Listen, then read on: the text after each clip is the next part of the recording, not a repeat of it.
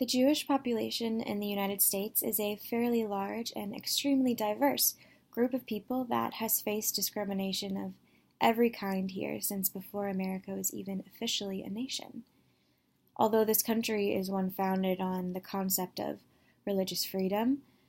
really what that seems to mean was freedom to practice whatever denomination of Christianity people so desire, as historically, Jews and those who practice other non-Christian religions have been targets for milder, yet still harmful forms of prejudice, such as microaggressions, jokes involving stereotypes, all the way up to violent hate crimes. Although certainly not unique to the U.S., the issue of people being biased against Jews because of their perceived economic success and because of conspiracy theories involving Jewish people running the country behind closed doors has been integral to the way that people have behaved towards them for centuries.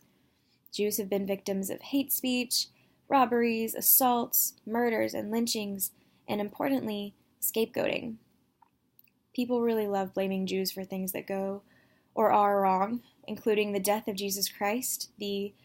September 11 terrorist attacks, and capitalism. This outlook on an entire group of people who come from all walks of life and whose religion values decency and respect toward others and a supportive social environment is all too conducive to people engendering severe biases against Jewish people, conscious and unconscious alike, which allow them to treat Jews badly and outright inhumanely. Allies for this particular group have quite a lot of work to do. As Jamie Ute writes, the thing about oppression is that it is constant, and truer words have never been spoken. Allies for the Jewish community must constantly be working on themselves and their inherent biases while listening with respect and open-mindedness when Jewish people speak about their experiences. It's also important for allies to educate themselves frequently on the issues affecting this population and act as a voice addressing these issues alongside the Jewish population.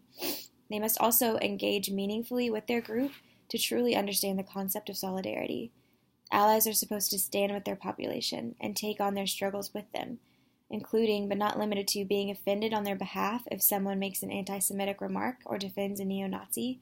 to call people out when they make Jewish people the butt of a joke or perpetuate harmful stereotypes, and, in general, to act accountably.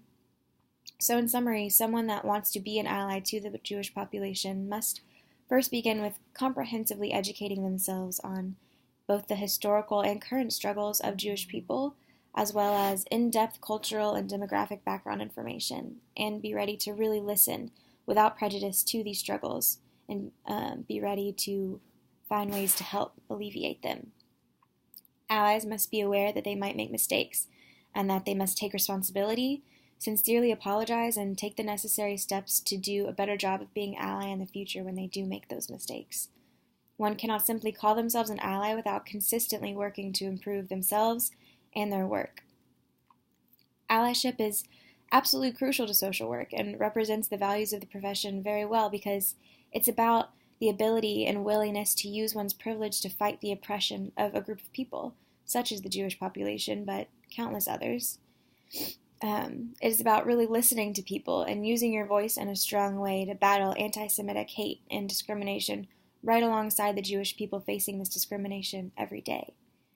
Allyship certainly recognizes the importance of human relationships and dignity and worth of the person with its encouragement of engaging with real individual people and groups within the population to truly get to know them, the issues they face, and how best to cope with them. An ally must be competent as well, constantly educating oneself being a solid requirement of a good ally. The social work value of integrity is covered by an ally's need to self-monitor, also making sure to regulate any lingering internal prejudices or biases to make sure that they are acting with integrity.